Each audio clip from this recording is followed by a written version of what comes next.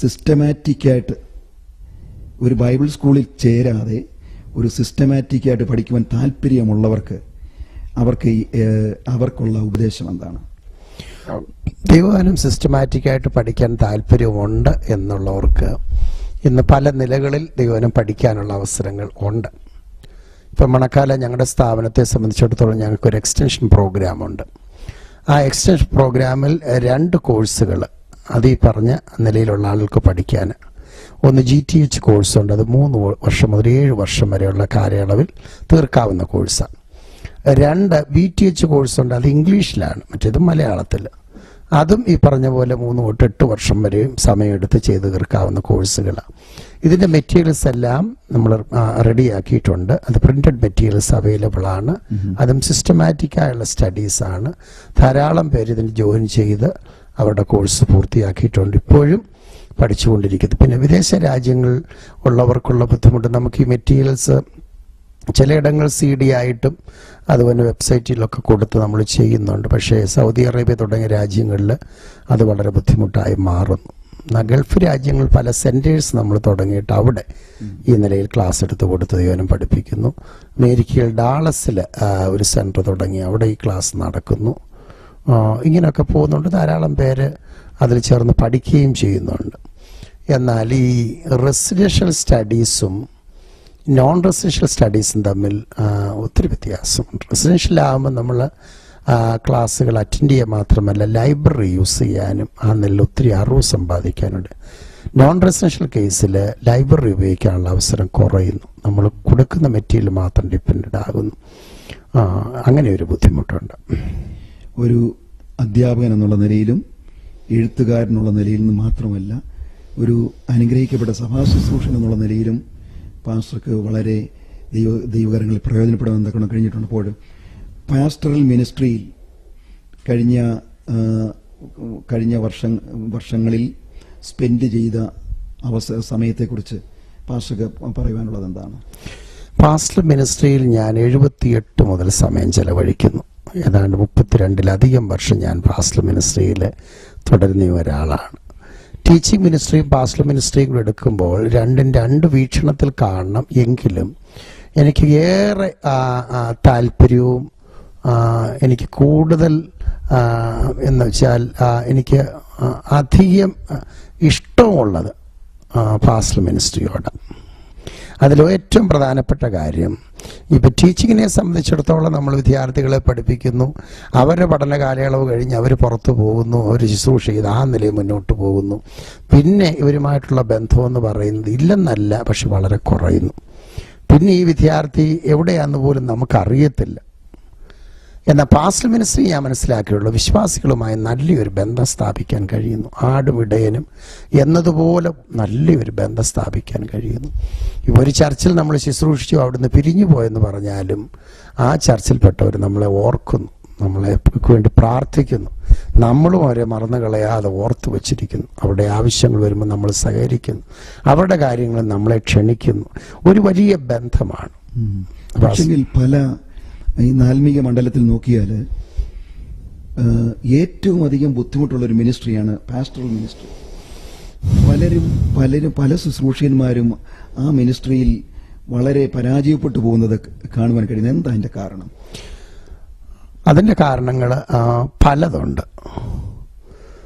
സഭാശുശ്രൂഷയിൽ ഞാൻ 33 വർഷം നിലനിന്ന് എനിക്ക് മനസ്സിലാക്കാൻ കഴിഞ്ഞൊരു കാര്യം, കണ്ണുനീരോട് നമ്മൾ ശുശ്രൂഷ ചെയ്യാൻ മനസ്സ് വെച്ചാൽ നിശ്ചയമായും അതിൻ്റെ ഫലം ആ ശുശ്രൂഷയിൽ നമുക്ക് കാണാൻ കഴിയും. 1. 2, സഭാ ശുശ്രൂഷയിൽ വലിയ തീഷ്ണതയല്ല നമുക്കുണ്ടാകേണ്ടത്. തീഷ്ണത വേണം പ്രവർത്തനം, എന്നാൽ സഹിഷ്ണുതയും ആളുകളുമായുള്ള നല്ല സ്നേഹബന്ധവും സ്ഥാപിക്കുക എന്നുള്ളതാണ്. സഭാ ശുശ്രൂഷയിൽ വിശ്വാസികൾ ഒരു വലിയ പ്രാസംഗികനെയല്ല പ്രതീക്ഷിക്കുന്നത്. ഒരു പാസ്റ്ററിൽ നിന്ന് ഒരു വലിയ പ്രാസംഗികനെയല്ല അവർ പ്രതീക്ഷിക്കുന്നത്. പാസ്റ്ററിൽ നിന്ന് നല്ല പരിപാലനം, ആ പരിപാലനത്തിൽ സ്നേഹബന്ധം ഒരു വലിയ ഫാക്ടറാണ്.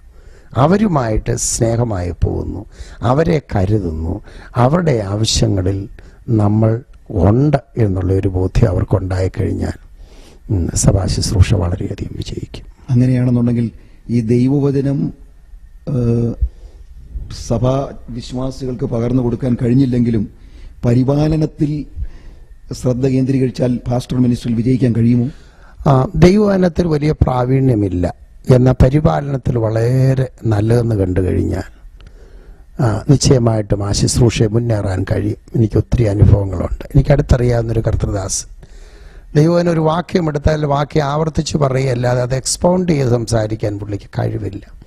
പക്ഷെ പുള്ളി ഇരുന്ന സഭയിലല്ല 7, 8, 9, 10 വർഷങ്ങൾ ശുശ്രൂഷിക്കാനിടയായിട്ടുണ്ട്. 10 വർഷമായി പുള്ളി പോകണമെന്ന് പറയുമ്പോഴും വിശ്വാസികൾ വിടുന്നില്ല. കാര്യം ഇതാ, അവരുടെ എല്ലാ കാര്യത്തിനും ആ പാസ്റ്ററുണ്ട്. ഏത് കാര്യത്തിനും ആ പാസ്റ്ററുണ്ട്. പക്ഷെ അങ്ങനെയാണെന്നുണ്ടെങ്കിൽ ഈ വചനമില്ലാതെ വരുമ്പോൾ സാധാരണഗതിയിൽ അവിടെ പല പ്രശ്നങ്ങളും ഉണ്ടാകുന്നില്ലേ? അപ്പൊ ഈ പാസ്റ്ററിന് വചനം പ്രസംഗിക്കാൻ കഴിവില്ലെന്ന് അദ്ദേഹത്തിന് മനസ്സിലാക്കിയാൽ കഴിവുള്ളവരെ അദ്ദേഹം ക്ഷണിക്കാറുണ്ട്. ക്ഷണിച്ച് ആ നിലയിൽ വചനം അവരെ പഠിപ്പിക്കും, വചനം ഉപദേശിക്കും. അതിന് അദ്ദേഹത്തിന് സന്മനസ്സുണ്ട്. അപ്പം അങ്ങനെ അതങ്ങ് മേക്കപ്പ് ചെയ്തു. ഞാൻ പറഞ്ഞൊരു ഇടയനെ സംബന്ധിച്ചിടത്തോളം ഇപ്പോൾ വചന ശുശ്രൂഷയിൽ വലിയ പ്രാവീണ്യമില്ല എങ്കിൽ തന്നെയും പരിപാലനത്തിൽ അദ്ദേഹം നന്നായി കണ്ടു കഴിഞ്ഞാൽ അത് സഭാ ശുശ്രൂഷയിൽ വളരെ വിജയമായി മാറും. പാസ്റ്റർ സാക്ഷ്യം പ്രസ്താവിക്കുമ്പോൾ സാധാരണ കഴിഞ്ഞകാല ജീവിതത്തിൽ, അതായത് പാസ്റ്ററുടെ എളിയ അവസ്ഥയെ കുറിച്ചൊക്കെ ഒരു മടി കൂടാതെയും പറയുന്നത് കേൾക്കുവാൻ തക്കവണ്ണം കഴിഞ്ഞിട്ടുണ്ട്. സാധാരണഗതിയിൽ ഒരു റൈറ്റിംഗ്, പ്രീച്ചിങ്, ടീച്ചിങ് ഈ മിനിസ്ട്രിയിലൊക്കെ വളരെ സജീവമായി പങ്കുകൊണ്ടിട്ടും വളരെ എളിമയോടെ താഴ്മയോടെ യാതൊരു തലക്കനവും കൂടാതെ ഇന്നും നിൽക്കുവാൻ കഴിയുന്നതിൻ്റെ കാരണം എന്താ? അതിൻ്റെ പ്രധാന കാരണം 1-2 അനുഗ്രഹിക്കപ്പെട്ട ദേവദാസന്മാരുടെ ജീവിതം എന്നെ സ്വാധീനിച്ചിട്ടുണ്ട്. അതിൽ ഒരു വ്യക്തിയാണ് D.L. മൂഡി എന്ന് പറയുന്ന ദേവദാസൻ. അദ്ദേഹത്തെക്കുറിച്ച് ധാരാളം വായിക്കാൻ എനിക്കിടയായിട്ടുണ്ട്. അപ്പോൾ അദ്ദേഹത്തിൻ്റെ ജീവിതം എന്നെ വളരെയധികം സ്വാധീനിച്ചിട്ടുണ്ട്. അതുപോലെ സാധു കൊച്ചുഞ്ഞ് ഉപദേശി, ഇങ്ങനെയൊക്കെയുള്ള ആളുകളെക്കുറിച്ച് വായിച്ച് മനസ്സിലാക്കിയൊക്കെ വരും. ദൈവമൊക്കെ അവരെ എല്ലാം കരങ്ങളെടുത്ത് ഉപയോഗിച്ചാൽ, പക്ഷെ അവരിൽ ആരിലും തലക്കനങ്ങളോ ഞാൻ സംതിങ് എന്നുള്ളൊരു കാഴ്ചപ്പാടോ കാണുന്നില്ല. അത് ഒരു വശം. മറുവശം ഞാൻ എപ്പോഴും കാണുന്നത്, ഞാൻ എൻ്റെ ആ എളിയ അനുഭവത്തിൽ നിന്ന് കർത്താവ് എന്നെ പടിപടിയായി ഉയർത്തി എനിക്ക് എത്തിച്ചേരാൻ കഴിയാത്ത അല്ലെങ്കിൽ അതിന് അർഹതയില്ലാത്ത ആ മണ്ഡലം വരെ ദൈവം എന്നെ ഉയർത്തിക്കൊണ്ടുവന്നപ്പോൾ എനിക്ക് മീതെ ഒരുവനുണ്ട് എന്നുള്ളൊരു കാഴ്ചപ്പാടുണ്ട്. അപ്പോൾ അദ്ദേഹത്തിന് മുമ്പിൽ ഞാൻ ഒന്നുമില്ല, ഞാൻ ഹമ്പിളാകണം, ഞാൻ എളിമ ധരിക്കണം. അദ്ദേഹമാ വലിയവൻ, ഞാൻ ചെറിയവന് എന്നുള്ള ഒരു വലിയ കാഴ്ചപ്പാട് എനിക്കുണ്ട്. പിന്നെ ഞാൻ ഉൾപ്പെട്ട് നിൽക്കുന്ന സ്ഥാപനത്തിൽ ബഹുമാനപ്പെട്ട കോവി സാർ, അദ്ദേഹത്തിൻ്റെ ജീവിതം എന്നെ ഒത്തിരി സ്വാധീനിച്ചിട്ടുണ്ട്. എൻ്റെ ആത്മീയ പിതാവായി ഞാൻ അദ്ദേഹത്തെ കരുതുന്നു. 77 മുതൽ അദ്ദേഹത്തിൻ്റെ ജീവിതത്തിൻ്റെ ഓരോ വശങ്ങൾ ഞാൻ അടുത്ത് മനസ്സിലാക്കി. ഇപ്പോൾ അദ്ദേഹത്തിന് വയസ്സ് 78 ഉണ്ട്. 2 കാര്യത്തിൽ അദ്ദേഹം ഒരു വിശുദ്ധനെന്ന് എനിക്ക് ബോധ്യമായി. ഒന്ന്, പണപരമായ കാര്യത്തിൽ ഇതുവരെയും കറപറലാത്തൊരു ദേവദാസ്.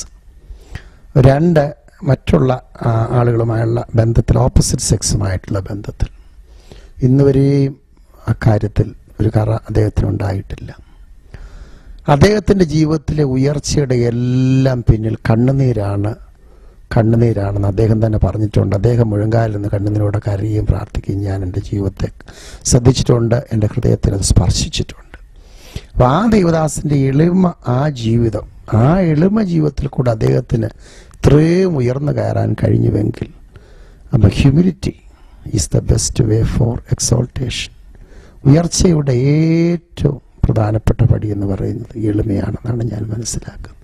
ഇന്ന് ദൗർഭാഗ്യവശാൽ പാസ്റ്ററൽ മിനിസ്ട്രിയിലായിരിക്കുന്ന പല ദേവദാസന്മാരും ഒന്നുകിൽ ഒരു ബൈബിൾ കോളേജിൽ ഒരു ഡിഗ്രി ലഭിച്ചു, അല്ലെങ്കിൽ അതുപോലുള്ള ഏതെങ്കിലും ഒരു ആത്മീയമായ ഒരു അച്ചീവ്മെന്റ് നേടിക്കഴിഞ്ഞു കഴിഞ്ഞാൽ പലരും അറിഞ്ഞോ അറിയാതെയോ അവര് ഈ നടന്നു വന്ന ദൈവം വഴി നടത്തിയ വഴികളെ മറക്കുന്ന ഒരു സ്വഭാവമുണ്ട്. ചിലർക്കൊക്കെ വളരെ തലക്കനമുണ്ടെന്നുള്ള ഒരു ചിന്താഗതി പൊതുവെ ആത്മീക മണ്ഡലത്തിലുണ്ട്.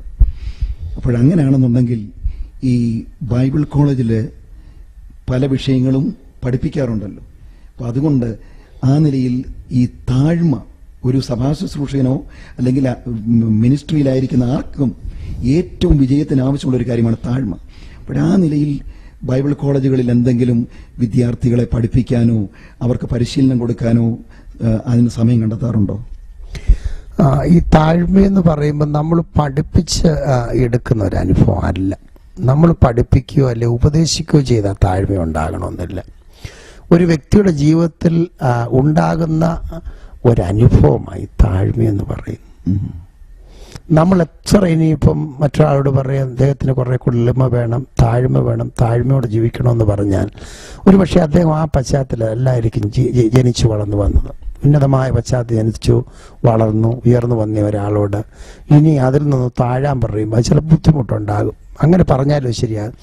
മറിച്ച് സ്വയമേ അകത്തൊരനുഭവം ഉണ്ടാകണം. ഞാൻ എന്തുകൊണ്ട് ഇത്രത്തോളമായി? ആരാണ് എന്നെ ഈ നിലയിലാക്കിയത്? എൻ്റെ ഉയർച്ചയുടെ പിന്നിലെ രഹസ്യം എന്താണ്? അപ്പം എന്നെ ഉയർത്തിയത് എൻ്റെ കർത്താവാണെന്ന് മനസ്സിലാക്കി അങ്ങനെ ഒരു അനുഭവം വന്നു കഴിയുമ്പോൾ ഓട്ടോമാറ്റിക്കായിട്ട് താഴ്മ വരും. ഇത് സംബന്ധിച്ച് നമുക്ക് ക്ലാസ് എടുക്കാനോ പഠിപ്പിക്കാനോ കഴിയാതെ നമ്മുടെ അനുഭവത്തിൽ കൂടെ നമ്മളത് അവർക്ക് മാതൃകയാക്കി കാണിച്ചു കൊടുക്കുക, അങ്ങനെ പറ്റുകയുള്ളൂ താഴ്മയെ സംബന്ധിച്ചിടത്തോളം. പാസ്റ്റർ കർത്താവിനെ കണ്ടുമുട്ടി വിശ്വാസമാർഗത്തിനു വേണ്ടി ചുവട് വെച്ചിട്ട് ഇപ്പം ഏകദേശം 3 പതിറ്റാണ്ട് കഴിഞ്ഞു. അന്നുള്ള പെന്തക്കോസ്ത് മണ്ഡലമല്ല ഇന്നുള്ളത്. ഇന്ന് പലവിധമായ അനാത്മീക പ്രവണതകൾ നമ്മുടെ അതിരുകൾക്കുള്ളിലും നുഴഞ്ഞു കയറിയിട്ടുണ്ട്. ആത്മീയമായിട്ടുള്ള മൂല്യച്യുതികൾ സംഭവിച്ചിട്ടുണ്ട്. ദർശനങ്ങൾ അനേകർക്ക് നഷ്ടപ്പെട്ടിട്ടുണ്ട്. അപ്പോഴങ്ങനെയുള്ളൊരു സാഹചര്യം ഇന്ന് കാണുമ്പോൾ മർത്തോമാ സഭ വിട്ട് പെന്തക്കോസ്ത് മാർഗത്തിലേക്ക് ഇറങ്ങിത്തിരിച്ചതിൽ എന്തെങ്കിലും നിരാശയുണ്ടോ? മർത്തോമാ സഭ വിട്ട് പെന്തക്കോസ്ത് സഭയിൽ വന്നതിൽ നിരാശയില്ല, എനിക്ക് സന്തോഷമേ ഉള്ളൂ. കാരണം ഈ മാർഗമാണ്, പെന്തക്കോസ്തിൻ്റെ മാർഗമാണ് യഥാർത്ഥ മാർഗം. അത് തിരുവചന അടിസ്ഥാനത്തിലുള്ള മാർഗമാണ്. സ്വർഗത്തിൽ എത്തിച്ചേരാനുള്ള ഏക മാർഗം ഇതാണെന്ന് ഞാൻ തിരുവചന അടിസ്ഥാനത്തിൽ മനസ്സിലാക്കിയോണ്ട് എനിക്ക് നിരാശയില്ല. എന്നാൽ പെന്തക്കോസ്തിൽപ്പെട്ട പല ആളുകളുടെയും സമീപനവും അവരുടെ ജീവിത നിലവാരവും കാണുമ്പോൾ ഉള്ളിൽ വേദന ഉണ്ടായിട്ടുണ്ട്. കാര്യം ഉപദേശം ഒരു ഭാഗത്ത്, ജീവിതം മറുഭാഗത്ത് ഇങ്ങനെ ആയി പോകുന്നല്ലോ എന്നോർത്തിട്ട് വേദനിച്ചിട്ടുണ്ട്. എന്നാൽ അത് എല്ലാവരിലുമില്ല. ഒരു ചെറിയ വിഭാഗം ആളുകളിൽ അങ്ങനെ കാണുന്നെങ്കിലും അധികം ആളുകളും ഈ വചനത്തിനനുസരിച്ച് ജീവിക്കാനും ആ നിലയിൽ മുന്നേറാനും കഴിയുന്നത് എൻ്റെ ഉള്ളിൽ വലിയ പ്രചോദനം നൽകിയിട്ടുണ്ട്. അപ്പോഴങ്ങനെയാണെന്നുണ്ടെങ്കിൽ ഈ നേതൃത്വത്തിലിരിക്കുന്നവരുടെയോ അല്ലെന്നുണ്ടെങ്കിൽ അതുപോലെ പ്രധാനപ്പെട്ട പൊസിഷനിലിരിക്കുന്ന പലരുടെയും ജീവിതത്തിലെ ചില തകർച്ചകളോ വീഴ്ചകളോ കണ്ട് വിശ്വാസികൾ പലപ്പോഴും വേദനയ്ക്കും മുറിവേൽക്കപ്പെടും. അവർ നിരാശരായി പോകാനും തളർന്നു പോകാനും വളരെ സാധ്യതയുണ്ട്. അപ്പോഴങ്ങനെ ഉള്ളൊരു സാഹചര്യത്തിൽ, അങ്ങനെയുള്ള സാഹചര്യങ്ങൾ കടന്നു വന്നാൽ അതേത് നിലയിൽ വിശ്വാസികൾ ഹാൻഡിൽ ചെയ്യണം? വിശ്വാസികൾക്ക് ആവശ്യമുള്ള മനോഭാവം എന്താണ്? വിശ്വാസികളെ നമ്മൾ പറഞ്ഞ് മനസ്സിലാക്കി കൊടുക്കേണ്ടത് വ്യക്തികളെ അല്ലെങ്കിൽ മനുഷ്യരെ നോക്കിയല്ല വിശ്വാസ ജീവിതത്തിലേക്ക് ഇറങ്ങി വരേണ്ടത്, കർത്താവിനെ നോക്കി ഇറങ്ങി വരണം. മനുഷ്യനെ നോക്കി ഇറങ്ങി വന്നു കഴിഞ്ഞാൽ നിരാശപ്പെടും, തളർന്നു പോവും. എന്നാൽ കർത്താവിനെ നോക്കി ഇറങ്ങിയാൽ നമ്മൾ നിരാശപ്പെടുകയില്ല. കർത്താവ് തൻ്റെ ശിഷ്യന്മാരെ വിളിച്ചിറക്കുമ്പോഴും അവരോട് പറഞ്ഞത് എന്നെ അനുഗമിക്കുക എന്ന്. അക്കാലത്ത് പലതിനെയും അനുഗമിക്കാൻ